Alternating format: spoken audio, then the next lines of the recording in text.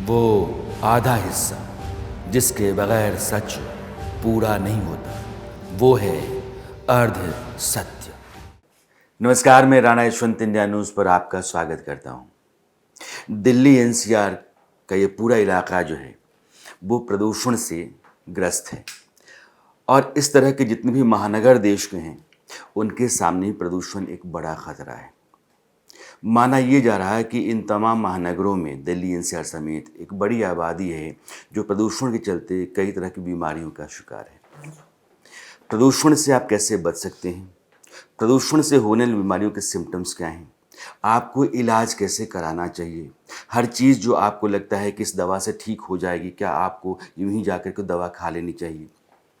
ये जितने भी बुनियादी और आपकी सेहत से जुड़े सवाल हैं, इनको लेकर के आज मैं देश के सबसे मशहूर और बड़े डॉक्टर्स में से एक डॉक्टर रणदीप गुलेरिया के पास आया हूँ। आप एम्स के डायरेक्टर रहे हैं और अभी आप respiratory and sleep medicine Medanta है उसके आप डायरेक्टर हैं। डॉक्टर साहब का बहुत बहुत स्वागत है। नमस्कार। दिल्ली एनसीआर के अभी इलाके में बारिश के बाद भी AQI 400 और 400 से ऊपर है और ये बहुत ही ख़तरनाक माना जाता है। प्रदूषण लोगों की ज़िंदगी पर कितना असर डाला जो एयर पोल्यूशन है? अगर हम एयर पोल्यूशन की बात करें तो उसका जो लोगों की हेल्थ है उस पर बहुत ज़्यादा असर पड़ता है और उसको हम दो भाग में देख सकते हैं। एक भाग तो जो एक्यूट इफेक्ट, जैसे आपने कहा, जब एक AQI 400 से ऊपर हो जाता है तो जो एक्सट्रीम्स ऑफ एज हैं, बच्चे हैं, बुज़ुर्ग हैं, उन लोगों में तकलीफ़ होने लगती है। और जिन लोगों को ऑलरेडी सांस की तकलीफ़ है, दमे की शिकायत है, ब्रोंकाइटिस है या हार्ट की प्रॉब्लम है, उनमें ये बीमारी बढ़ जाती है और उसके कारण वो उनको इमरजेंसी विजिट्स करनी पड़ती हैं या हॉस्पिटल आना पड़ता है, एडमिशन हो जाती हैं, ICU एडमिशन भी हो जाती हैं और कई दफ़ा उनको अपनी दवाई बढ़ानी पड़ती है। दूसरा जो पहलू है वो ये है कि अगर हम पूरे साल के आंकड़े देखें तो 60% से ज़्यादा दिन ऐसे हैं या कुछ दफ़ा तो 80% से तक दिन ऐसे साल में होते हैं जहाँ पे एयर क्वालिटी अनएक्सेप्टेबल है। तो इसका ये मतलब कि एक तो हम एक्यूट इफेक्ट देख रहे हैं, जो हम कह रहे हैं कि जिन लोगों को प्रॉब्लम है उनमें तकलीफ़ होती है, और अगर बहुत ज़्यादा AQI बहुत ख़राब हो तो आम आदमी जो है, जिसको कोई सांस की तकलीफ़ नहीं है, जो हेल्दी है, उनमें भी प्रॉब्लम होने लगती है। और हम ये देखते हैं कि जैसे कुछ स्टूडेंट्स हैं या लोग यहाँ जॉब के लिए आते हैं तो वो ये कहते हैं कि उनको पहले कोई तकलीफ़ नहीं थी, अब उनकी आँखों में इरिटेशन होने लगती है, गले में खराश होने लगती है, खांसी होने लगती है, रात को चेस्ट की टाइटनेस होती है। तो ये नॉर्मल लोगों में भी, और ज़्यादातर जो एक्सट्रीम्स ऑफ एज हैं, बच्चे या बुज़ुर्ग, और जिनको रेस्पिरेटरी या कार्डिक प्रॉब्लम। एक सर्वे आया, सर्वे कहता है कि दिल्ली एनसीआर के इलाके में 9,000 परिवारों पर हुआ। 78% परिवारों ने ये कहा कि हाँ, हमारे यहाँ सांस की दिक्कत है। 67% लोग ऐसे मिले या तो उनकी नाक बह रही थी या फिर उनकी आंखों में जलन है। फ़र्ज़ कर लीजिए कि ये एक साइलेंट किलर के तौर पर काम कर रहा है। अगर मैं बीमार नहीं भी हूँ, मुझे कोई बीमारी नहीं भी है, तभी मेरे शरीर पर इसका असर हो रहा है और शरीर पर यह जो असर एक साइलेंट किलर के तौर पे काम करता चला जा रहा है, तो फिर आदमी बचे कैसे? तो आपके बिल्कुल सही सही कहा आपने कि हम इसको मानते हैं कि ये साइलेंट किलर है। और अगर आप ग्लोबल डेटा देखें, चाहे तो ये जो सर्वेज आते हैं, जो एनालिसिस आते हैं मॉडलिंग डेटा से, उसमें उनका ये मानना है कि साल में जितने लोग 2019 में जिनकी एयर पोल्यूशन से मौत हुई थी या डेथ हुई थी, वो कोविड से कहीं ज़्यादा हैं। कोविड से जितना कोविड में लोग मरे, उससे ज़्यादा लोग साइलेंटली एयर पोल्यूशन से दुनिया में मर रहे हैं। और साउथ ईस्ट एशिया जहाँ पोल्यूशन ज़्यादा है, वहाँ पे इसकी मोर्टेलिटी ज़्यादा है। तो बचना कैसे है? बचने के 3 बहुत इंपॉर्टेंट इशू। एक तो अगर हम ये कर पाएँ कि किसी तरह से हम अवेयरनेस करें कि जो सोर्स ऑफ पोल्यूटेंट्स हैं उसको कम करें, चाहे वो व्हीकुलर ट्रैफिक हो, चाहे कंस्ट्रक्शन हो, चाहे पराली की जो जलने से धुआं आता है वो हो, वो हमें कंट्रोल करने की ज़रूरत है। जो इंडो गैंजेटिक बेल्ट है, जो हम जिस एरिया में हम हैं और जिस कई शहर जो हैं इस सेंट्रल इंडिया में, उनमें 2 प्रॉब्लम मेजर आती हैं। एक तो जो है वहाँ पे डेवलपमेंट के कारण प्लानिंग उस टाइप की हुई कि कंस्ट्रक्शन चलती रही, व्हीकल्स बढ़ गई, इकोनॉमिक ग्रोथ हुई, लेकिन उसके कारण जो हमें प्राइस देना पड़ा वो हमारी हेल्थ और पोल्यूशन का था। दूसरा, ये जो एरिया है ये एक लैंडलॉक्ड एरिया है। तो इसमें ऐसा होता है कि यहाँ पे सर्दियों में हवा बिल्कुल कम हो जाती है और जब पोल्यूशन जो ये हम जो प्रोड्यूस कर रहे हैं हम, ये कहीं जा नहीं पाता, ये ग्राउंड लेवल पे ही बैठ जाता है। जी। और इसलिए कई ऐसे दिन होते हैं जहाँ पे हम देखते हैं कि बिल्कुल सूरज नहीं दिखता, आंखों में इरिटेशन होती है और स्मॉग हो जाता है। तो जब तक हवा नहीं आती, या जैसे आपने कहा कि बारिश भी थोड़ा सा फ़ायदा करती, लेकिन ज़्यादा फ़ायदा हुआ नहीं नहीं। कर पा रहे। तो जब तक तो सर आप ये सलाह देते हैं जो सुबह में मॉर्निंग वॉक के लिए, योगा के लिए लोग जाते हैं अर्ली मॉर्निंग, और ये इस तरह स्मॉग बैठा रहता है, जाना चाहिए? नहीं, उनको नहीं जाना चाहिए। हम ये सलाह देते हैं कि अगर AQI बहुत ख़राब है, बुज़ुर्ग लोग जो हैं जो सुबह सुबह सैर के लिए जाते हैं, उनको सैर के लिए नहीं जाना चाहिए, वेट करना चाहिए कि जब तक धूप नहीं निकलती। क्योंकि जब धूप निकलती है तो थोड़ा ग्राउंड लेवल्स जो पोल्यूशन है वो ऊपर को उठ जाता है, तो कुछ हद तक उससे एक्सपोजर कम होता है। इवन जो यंग लोग हैं उनको बाहर जाके जॉगिंग, एक्सरसाइज, ब्रिस्क नहीं करनी चाहिए। क्योंकि जब आप एक्सरसाइज करते हो तो आप तेज़ तेज़ सांस लेते हो, तो ज़्यादा पोल्यूशन आपके फेफड़े में जाते हैं और वो फिर आगे आपके बॉडी में भी असर कर सकते हैं। बेहतर ये कि आप जिम चले जाएं। बेहतर है कि अगर आप इंडोर एक्सरसाइज करें जहाँ पे थोड़ा सा एयर क्वालिटी बेटर हो। सर दिल्ली NCR 3 करोड़ की आबादी है, कोलकाता, मुंबई और उत्तर प्रदेश, बिहार के कई शहरों का AQI जो आ रहा है वो यही है, 350, 400, 450। आदमी शहर छोड़ के जाएगा तो नहीं, वो यहाँ रहने, अपने परिवार के साथ जीने, कमाने के लिए आया हुआ है। अगर ऐसे ही माहौल में उसको रहना है तो प्रिकॉशन के तौर पर क्या एहतियात रखना चाहिए? प्रिकॉशन के तौर पे आपको अगर जैसे जो अगर रिस्क फैक्टर हैं, जी। बुज़ुर्ग हैं या बच्चे हैं और AQI ख़राब है, तो आप बाहर अगर अवॉइड कर सकते हैं तो ना जाएं। जाना ज़रूरी है तो अपना मास्क लगा के जाएं, जिससे कुछ हद तक आपको प्रोटेक्शन मिल जाए, एक फिल्टरिंग मैकेनिज्म हो कि आपके नॉर्मल फेफड़े। Mask? Normal 3 layer surgical mask है, और ये आइडियल हो तो N95 मास्क जो है वो बेटर, PM 2.5 से वो बेटर प्रोटेक्शन देता है। दूसरा इशू यही है, जैसे हमने कहा कि एक्सरसाइज नहीं करनी चाहिए बाहर। अगर आपको सांस की तकलीफ़ है या हार्ट की प्रॉब्लम है और आपको तकलीफ़ बढ़ती है जब ये मौसम होता है, हम ये देखते हैं कि दिवाली के आसपास ज़्यादा लोगों को तकलीफ़ होने लगती है, तो अपने डॉक्टर से संपर्क करें। कभी आपको अपनी दवाई बढ़ानी पड़ती है प्रोफिलैक्टिक, लेकिन पहले ही बढ़ाने की ज़रूरत पड़ जाती है, जिससे इतनी ज़्यादा तकलीफ़ ना हो कि आपको एकदम इमरजेंसी में रात को आना पड़े। लेकिन जैसे हम शुरू में कह रहे थे कि जो इम्पॉर्टेंट चीज़ है वो ये है कि हम इसका एक लॉन्ग टर्म सोल्यूशन ढूंढें। जी। क्योंकि ये तो हम लोगों को कह सकते हैं कि आप ये चीज़ ये करो, लेकिन ये हर साल की बात है। पोल्यूशन हर साल हम देखते हैं कि AQI इतना ही एक रहता है। नागरिक के तौर पे सामान्य तरीके से जीने का अधिकार मेरा है। अब मैं इतने एहतियात बरतने लगूं कि मैं घर के बाहर ना जाऊं, मैं जॉगिंग के लिए ना निकलूं, मैं मास्क लगा करके निकलूं, तो यह तो बंदिश में एक ज़िंदगी हो गई। इससे बाहर निकलने का कोई रास्ता भी दिख नहीं रहा है जैसी व्यवस्थाएं हैं। ऐसे में आम आदमी जैसे खान पान में क्या करे, पानी कितना पिए, खाने में क्या रखे, क्या व्यायाम करे, ताकि वो कम से कम अपने को, अपने परिवार को ठीक रख सके। तो खान पान में तो हम यही कहते हैं कि आप हरी सब्जियां, फ्रेश फ्रूट्स लो, पानी की मात्रा ठीक रखो। कितना पानी से? मतलब अगर आपको कोई प्रॉब्लम नहीं है और डॉक्टर साहब ने आपको पानी कम लेने के लिए नहीं कहा, तो 2 से 3 लीटर पानी आप ले सकते हैं आराम से। और साथ में हरी सब्जियां, फ्रेश फ्रूट लें। अगर घर के अंदर आप व्यायाम कर सकते हैं तो योगा करके देखें। योगा में भी आप ब्रीदिंग एक्सरसाइज करोगे तो उसमें फेफड़ा फूलेगा, लेकिन वही कि आपका जो इन्वायरमेंट है, माहौल है, वहाँ पे पोल्यूशन कम हो। क्योंकि जब भी आप सांस की कोई भी एक्सरसाइज करते हो तो अगर पोल्यूशन ज़्यादा है तो उससे आपके फेफड़े में भी असर पड़ सकता है। और हमें पूरी कोशिश करनी चाहिए कि हम अवेयरनेस बढ़ाएं। अपने लेवल पे हम जो कुछ कर सकते हैं वो करें। अगर हमें मार्केट जाना है, पैदल जा सकते हैं तो पैदल जाएं, गाड़ी ना लेके जाएं। बच्चों ने स्कूल जाना है तो कार पूलिंग कर लें या बस में जाएं, अलग अलग गाड़ी लेके ना जाएं। तो अपनी तरफ से हम अपनी रिस्पॉन्सिबिलिटी समझ के कोशिश करें कि हम जो पोल्यूशन में जो कंट्रीब्यूट कर रहे हैं अपना कार्बन फुटप्रिंट कम करें, और लोगों को भी मोटिवेट करें कि कुछ ऐसी पॉलिसीज़ आएँ कि एक लॉन्ग टर्म सोल्यूशन निकले, और ये निकल सकता है। मैं आपको एक एग्जांपल दिल्ली का ही देता हूँ। दिल्ली में जब हम रिसर्च कर रहे थे 1998 में, तब पोल्यूशन की हालात इस तरह के ही थे। फिर सुप्रीम कोर्ट का ऑर्डर आया और CNG एकदम इम्प्लीमेंट हुआ। लोगों ने कहा कि CNG इम्प्लीमेंट हो नहीं सकता, सारी प्राइवेट बसों में, टैक्सीज में कैसे CNG लगेगा। लेकिन वो इम्प्लीमेंट हुआ और कुछ साल एयर क्वालिटी एकदम इम्प्रूव हो गई, क्योंकि एकदम गाड़ियों में CNG लगा। लेकिन फिर कंस्ट्रक्शन शुरू हो गया, डीजल व्हीकल्स बढ़ गई, आस्ता आस्ता जो हमने बेनिफिट्स लिए थे। और तब भी स्टडीज़ हुई हैं, एम्स की स्टडी, जिसने तब भी दिखाया था कि 98-99 में भी पोल्यूशन के कारण लोगों की सांस की तकलीफ बढ़ रही है, इमरजेंसी विजिट बढ़ रही हैं। और बाद में हमने वो स्टडी जब 2018-19 में की तो दिखाया कि वही सिचुएशन पे हम फिर से पहुंच गए, 20 साल बाद वहीं आकर के खड़ा वहीं आके खड़े हो गए। तो जो हमें गेन्स हुए थे सीएनजी के, वो हमने सब गंवा दिए गंवा हैं। दिए। और हमें एक सस्टेनेबल लॉन्ग टर्म सोल्यूशन ढूंढना है।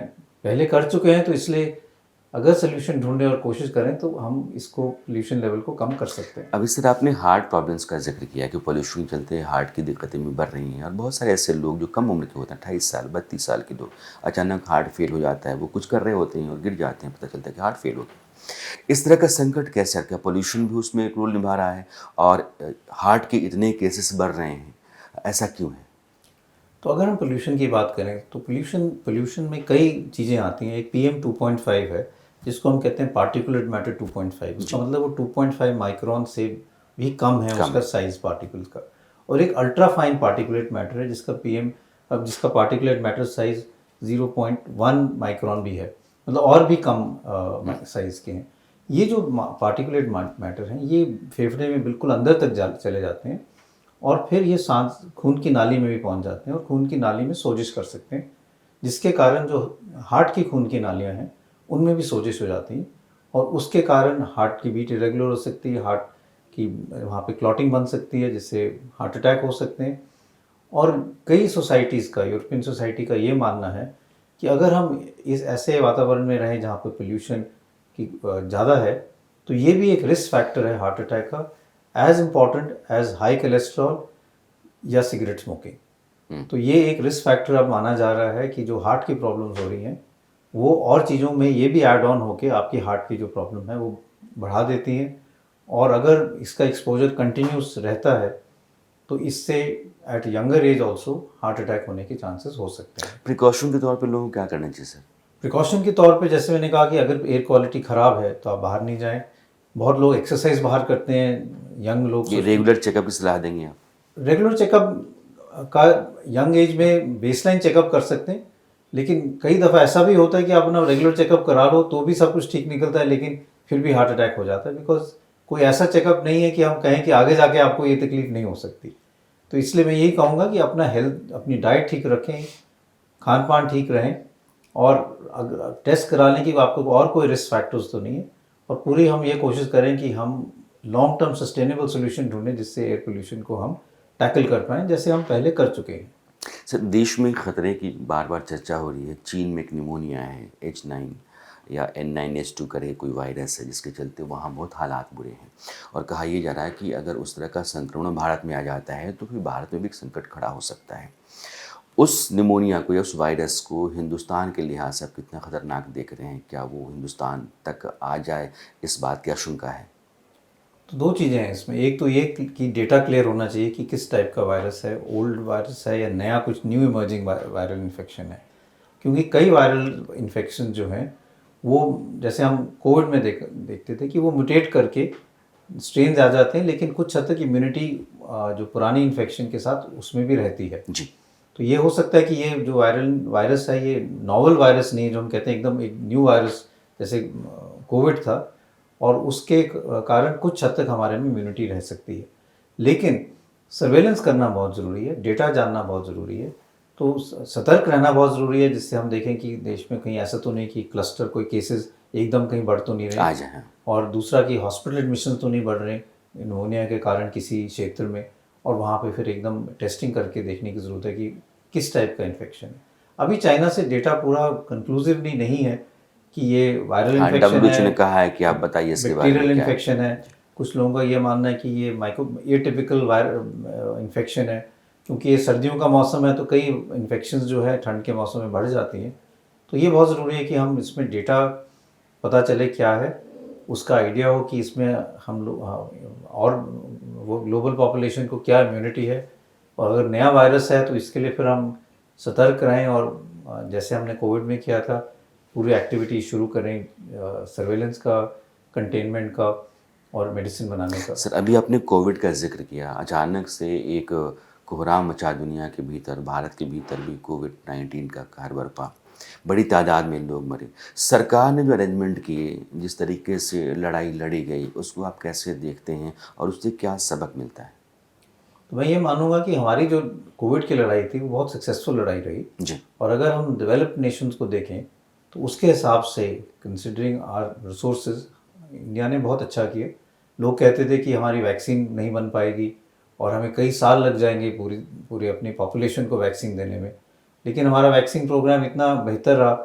चाहे हम वैक्सीन डिलीवरी की बात करें या कोविन ऐप की बात करें, कि हम बहुत कम समय में सब लोगों को वैक्सीन दे पाए और हमारे पास सरप्लस वैक्सीन थी। और देशों को भी भारत ने वैक्सीन सप्लाई की।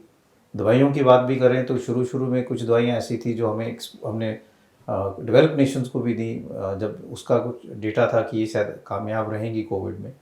और ओवरऑल सप्लाईज जो थी इन टर्म्स ऑफ पीपीईज वो इम्प्रूव हुई। एक समय ऐसे था जब हम सारे पीपीईज जो थी और मास्क N95 मास्क थे बाहर से आती थी, पीपीई इंपोर्ट होती थी। और मुझे याद है एम्स में एक टाइम हमें लगा कि हमें पीपीईज की शॉर्टेज हो जाएगी, तो हमने रिसाइकलिंग ऑफ पीपीई का भी एक प्रोजेक्ट किया कि जो पीपीईज ठीक हैं उनको हम फिर से रीयूज़ करें, स्टरलाइज करके कि वायरस मर गया और फिर कर सकें। लेकिन एकदम फिर मैन्युफैक्चरिंग इंडिया में शुरू हुई और कुछ ही दिनों में पीपीईज की शॉर्टेज एकदम ख़त्म हो गई और सरप्लस हो गई। तो कई चीज़ों में इंडिया ने as a combined effort I think बहुत अच्छा किया जो और देश नहीं कर पाए। सर, आप देश के जाने माने डॉक्टर्स में हैं, हेल्थ को लेकर के कंसर्न भी रहते हैं। हिंदुस्तान में जो हेल्थ हज़ार्ड है और फ्यूचर थ्रेट है हेल्थ को लेकर के, वो क्या हो सकता है? आप किसको देखते हैं कि सबसे ख़तरनाक खतरा है? तो मेरे मानना है कि हमें दो चीज़ों में फोकस करना चाहिए, और क्योंकि इंडिया का जो बर्डन ऑफ डिजीज़ है वो चेंज हो रहा है। जी। पहली चीज़ तो ये है कि जैसे जैसे हमारी, जैसे हम कहते हैं the world is becoming a village, की ट्रैवल बहुत हो रहा है दुनिया में। सब लोग अब आपने एक जगह से दूसरी जगह जाना है घंटों में पहुंच सकते हैं। दूसरा ये है कि अगर आप देखें इंक्रोचमेंट इनटू वाइल्ड लाइफ बहुत हो रहा है। तो अगर हम पिछले इस सेंचुरी में देखें, पिछले 23 साल में देखें, तो जो भी आउटब्रेक्स हुए हैं और बहुत ज़्यादा आउटब्रेक्स हुए हैं, सार्स हुआ है, कोविड हुआ है, H1N1 स्वाइन फ्लू पैंडेमिक हुआ है, मर्स इन्फेक्शन हुआ है, जीका वायरस इन्फेक्शन हुआ है, ये सारे जो इन्फेक्शंस हुए हैं ये वायरसेस हैं जिन्होंने स्पीशीज जंप किए हैं। मतलब ये इंसान ह्यूमंस में नहीं थे, बर्ड्स में थे या एनिमल्स में थे, और वो वायरस वहाँ से जंप के क्योंकि ग्लोबल मतलब ओवर क्राउडिंग हो रही है, हम इन्वायरमेंट को इंक्रोच कर रहे हैं। तो ये ज़रूरी है कि हम एक हेल्थ को एक one health point of view से देखें, ह्यूमन हेल्थ एनिमल हेल्थ को एक इकट्ठे अंदाज से देखें। और दूसरा ये बहुत ज़रूरी है कि इसके लिए हम सर्वेलेंस करें, जिससे कहीं पर भी थोड़ा आउटब्रेक हो तो हम उसको मैनेज कर पाएँ। भारत में आपको पता है कि निपा वायरस का आउटब्रेक हुआ था केरल में, वो भी बेसिकली एनिमल स्पीशीज जंप करके बैट से इन्फेक्शन हुआ है। तो ये ज़रूरी है कि सर्वेलेंस हम करें फॉर इमर्जिंग वायरल इन्फेक्शन जो let's say non human source से ह्यूमन बन जाते हैं। तो एक तो ये इम्पॉर्टेंट चीज़ है। दूसरा, जैसे मैंने कहा कि अगर हम डेटा देखें तो हमारा जो डिजीज़ बर्डन है वो कम्युनिकेबल डिजीज़ से नॉन कम्युनिकेबल डिजीज़ में शिफ्ट हो रहा है। अच्छा। पहले हम देखते थे कि मलेरिया, बच्चों में इन्फेक्शन, डायरिया, हेपेटाइटिस, ये बहुत कॉमन था। लेकिन जैसे एज हमारी इकोनॉमिक ग्रोथ हुई है, डेवलपमेंट हुई है, we have move to non communicable disease. Diabetes अब ज़्यादा हो रहा है, India is the diabetic capital of the world. Cancer ज़्यादा हो रही हैं, क्रॉनिक रेस्पिरेटरी डिजीज़ ज़्यादा हो रही हैं। These are preventable disease and related to lifestyle. ये कैसे प्रिवेंट किया जा सकता है? तो इसके लिए दो चीज़ें बहुत ज़रूरी हैं। एक तो अर्ली स्क्रीनिंग। कई लोग जो हमारे देश में वो अपना शुगर कभी नहीं टेस्ट कराते। डायबिटीज़ का जब एंड ऑर्गन डैमेज हो जाता है कि आंखें ख़राब हो गई शुगर के कारण, तब पता चलता है कि उनको तो शुगर थी। ब्लड प्रेशर नहीं चेक कराते, स्ट्रोक हो जाता है। तो early screening for non communicable disease and cancers, वो गवर्नमेंट। कैंसर के लिए क्या किया जाना चाहिए? कैंसर के लिए जैसे ओरल कैंसर है, ब्रेस्ट कैंसर है, वुमेन में सर्वाइकल कैंसर होता है, जो सिगरेट बीड़ी पीते हैं उनमें लंग कैंसर के चांसेस ज़्यादा हैं, तो उसका भी स्क्रीनिंग प्रोग्राम कई देशों में शुरू हुआ है। तो एक स्क्रीनिंग प्रोग्राम हो जिससे हम उनको अर्ली डिटेक्ट कर पाएँ और ट्रीट कर पाएँ, जिससे ट्रीटमेंट भी अवेलेबल है, एडवांस स्टेज पे ना हो। तो हमारा प्रोग्राम जो है should be focusing on non communicable disease, जो क्रॉनिक डिजीज़ है, जिसको हाइपरटेंशन है, उम्र भर उसको हाइपरटेंशन रहेगी और उसके कारण प्रॉब्लम हो सकती है। शुगर की प्रॉब्लम है तो उम्र भर शुगर की प्रॉब्लम रहेगी, उसके कारण किडनी भी फेल हो सकते हैं। तो हमें उस पर फोकस करना है कि हम किस तरह से लोगों की हेल्थ को अब इम्प्रूव कर पाएँ बाय चेंजिंग लाइफस्टाइल्स। चाहे वो एक्सरसाइज हो, अगर हम बच्चों की बात करें तो अगर हम देखते हैं कि बच्चों में ओबेसिटी एक इम्पॉर्टेंट इशू बन रहा है। पहले सब बच्चे बाहर खेलते थे, अब सब लोग अंदर बैठ के वीडियो गेम्स ही खेल रहे हैं, तो एक्सरसाइज कम हो गई है, तो मोटापा ज़्यादा हो रहा है, उससे ये डिजीज़ बढ़ रही हैं। डाइट चेंज हो गई है, पहले diet used to be more healthy, now it is more fast food diet. तो लाइफस्टाइल जो है, we have to focus on lot of good lifestyle changes, जिससे ये जो नॉन कम्युनिकेबल डिजीज़ हैं इनको हम कम कर पाएँ, और अर्ली स्क्रीनिंग जिसको हम जल्दी से इनको पकड़ पाएँ, जिससे ये आगे जाके सर बहुत ज़रूरी बात आपने कही कि लाइफस्टाइल को बदलना ज़रूरी है, ठीक रखना ज़रूरी, बदलना नहीं, ठीक रखना ज़रूरी, क्योंकि हम ख़राब करते चले जा रहे हैं। उसमें आपने फूड इनटेक बताया है, ये जो पैकेज फूड आता है, चाहे आटा हो, चावल हो, या फिर एफएमसीजी गुड्स जितने भी हैं, ये हमारी सेहत के लिए ठीक है, या फिर हम खेत वाला जो गेहूँ और चावल होता था, दाल, उसको हम इस्तेमाल करें, उसको जीवन में लाएं। मिलेट्स का अब आजकल बार बार जिक्र हो रहा है, उसको खान पान में क्या रखें ताकि हम सेहतमंद रहें। खान पान में जैसे आपने कहा कि जो मिलेट्स हैं, चाहे या दाल है या चावल हैं, जो ओरिजिनली ऑर्गेनिक हैं जी, उन पे हम अगर जोर ज़्यादा दें तो that is better rather than having packaged foods. अगर आज हम देखें तो ज़्यादा फोकस बच्चों का यही रहता है कि पैकेज या उस टाइप का फूड लें which is less healthy and has is more fattening. तो एक तो हम अपनी डाइट चेंज कर रहे हैं, दूसरा एक्सरसाइज भी नहीं कर रहे हैं। हाँ। तो ये लाइफस्टाइल रिलेटेड जो डिजीज़ हैं वो बढ़ रही हैं, और अगले जनरेशन में और ज़्यादा देखी जा रही है, क्योंकि फिजिकल एक्टिविटी बहुत कम हो गई। अगर हम अपने बुज़ुर्गों की बात करें तो वो साइकिल करके जाते थे, पैदल चलते थे। अब अगर आज जनरेशन की बात करें तो अगर आपको थोड़ा सा भी चलना है तो वो चलना नहीं प्रेफर करेंगे, गाड़ी में जाना प्रेफर करेंगे। तो हमें ये जो बैक टू आवर बेसिक जो कल्चर था of having seasonal fruits, walking, वो चीज़ें वापस लाने की ज़रूरत है। एक जो रोज़ हम खाते हैं सर, हम हिंदुस्तानी लोग, चावल, दाल, रोटी, सब्जी, अब एक ये जो पैकेज्ड व्हीट, जो बहुत मुलायम चिकना सा आटा आता है, या चावल जो बिल्कुल पॉलिश्ड है, दाल बिल्कुल चमकती हुई सी है, वो मेरी सेहत के लिए ठीक है, या फिर हम जो खेत बधार से लेकर के खाते रहे हैं वो सारा अच्छा है? तो अभी तक जो हमें खेत से मिलता है वो दैट इज़ मोर होलसम। अगर मैं ये कहूँ, ये जो पॉलिश चीज़ें हैं इसमें you have a lot of things which are added to make it more attractive. तो इसीलिए it is still better to go back to what you were originally having, जो हम पहले ले रहे थे, rather than getting attracted by more ये चमकदार जो चीज़ें होती हैं, मुलायम सी होती हैं। एक सर और चीज़ देखी मैंने कि बुखार आ गया तो आप डोलो 650 खा लो, पैरासीटामोल कोई खा लो, एंटीबायोटिक को इस्तेमाल कर लो। तो ये जो अपने मन से एंटीबायोटिक लोग खा लेते हैं या एंटीपायरेटिक खा लेते हैं, ये खाना चाहिए नहीं? तो ये एक और बहुत इम्पॉर्टेंट इशू है जिसको हम कहते हैं एंटी माइक्रोबियल रेजिस्टेंस। बुखार के लिए तो कई दफ़ा लोग डोलो ले लेते हैं, लेकिन कई लोगों को ज़ुकाम नज़ला हुआ, वायरल है, उन्होंने अपने पड़ोसी से पूछा, उसने कहा कि मेरे को भी ये हुआ था, मैंने ये एंटीबायोटिक ली थी, आप भी ले लो। और वो केमिस्ट के पास गए, वो केमिस्ट से एकदम ले लिया, चाहे उनको एंटीबायोटिक की ज़रूरत ही नहीं है। या फिर केमिस्ट के पास वैसे ही चले गए कि मुझे बुखार हो रहा है और पेट में दर्द है तो एंटीबायोटिक दे दो, तो एंटीबायोटिक शुरू कर दी, चाहे उसकी ज़रूरत ही नहीं है। तो ये देखा जा रहा है कि हमारे देश में because of over use and miss use of antibiotics बहुत ज़्यादा एंटी माइक्रोबियल रेजिस्टेंस बन रही है, लेकिन जो कीटाणु हैं वो रेजिस्टेंट बने जा रहे हैं, और जो हमारे एंटीबायोटिक्स थी वो अब कामयाब नहीं हो रही। और आईसीयू में कई दफ़ा ऐसे पेशेंट एडमिट होते हैं जिनको हम देखते हैं कि कोई भी एंटीबायोटिक जो है वो काम नहीं कर रही, क्योंकि वो सब रेजिस्टेंट हो गई हैं। तो ये मेरा मानना है कि हम सबको अपनी रिस्पॉन्सिबिलिटी समझनी चाहिए, और बिना डॉक्टर के संपर्क किए अपनी तरफ से एंटीबायोटिक्स नहीं लेनी चाहिए, क्योंकि वो हमको भी और इन जनरल हार्म कर सकती हैं। इसमें एक और पहलू भी इम्पॉर्टेंट है, वो ये है कि एंटीबायोटिक्स इन अदर एरियाज़, अगर हम पोल्ट्री में देखें, एग्रीकल्चर में देखें, वहाँ पे बहुत एंटीबायोटिक्स यूज़ होती हैं, और वहाँ पे जो एंटीबायोटिक्स यूज़ होती हैं उससे भी जो वहाँ पे ऑर्गेनिजम्स हैं वो रेजिस्टेंट हो जाते हैं। यानी जो हम चिकन खाते हैं, हाँ, चिकन खा रहे हैं तो अगर आप पोल्ट्री फार्म में जाओ तो उनके वहाँ पे बहुत ज़्यादा एंटीबायोटिक्स दी जाती हैं, और वहाँ पे अगर बैक्टीरिया हैं तो वो रेजिस्टेंट हो जाते हैं, फिर वो फूड चेन में एंटर कर जाते हैं। अब वो रेजिस्टेंट बैक्टीरिया जब फूड चेन में आ गए तो अगर आपको उसमें उस बैक्टीरिया से इन्फेक्शन हो गई तो वो रेजिस्टेंट इन्फेक्शन हो जाएगी। और कई दफ़ा ऐसे लोग हैं जिनको टाइफाइड होता है और आम एंटीबायोटिक्स काम नहीं करती, क्योंकि वो जो टाइफाइड का बैक्टीरिया है वो ऑलरेडी रेजिस्टेंट डेवलप कर चुका है।